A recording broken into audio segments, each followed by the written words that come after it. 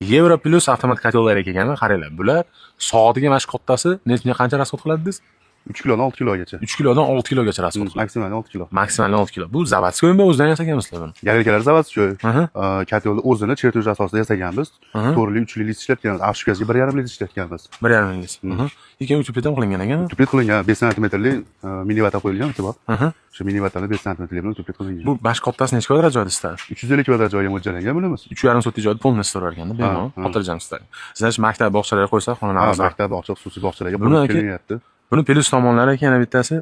Hozir akangiz shaydagizdan so'radim.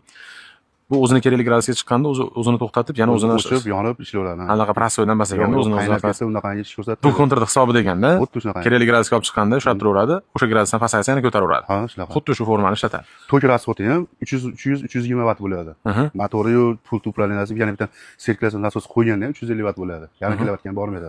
Bitta zapravkasi necha kunga ketadi buni? 3 sutka, 4 sutka ketadi. 3 sutka, 4 sutkada bir marta qarasa ham bo'laveradi, значит. Faqat kunda kechqurun mana unisini, masalan, kunda kechqurun ertalabmi limonni olib, pulni to'kib qo'yiladi. Bo'ldi shuni.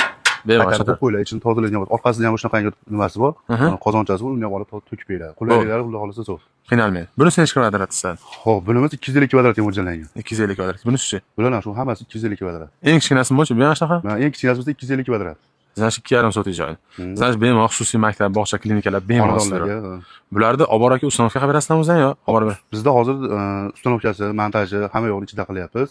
Montajini ham kelishamiz, ustanovkasini ham kelishamiz. Xohlasa kotlovni o'zini olib jo'natib yuboramiz, o'zlari ustanovka qilib yuborishadi. Ha, farqi qanaqa sohasi. Asosiysi aka, buni yana bitta narsasi, garantiyasi qancha berasiz aka? Xo'p, garantiyasi 3 yil beramiz. Elektronikalarga 1 yil garantiya beriladi. Elektron 3 yildan 1 yil, tushunadi. Zo'r ekanmi? Ekranda telefon nomerlari turibdi, Marlonda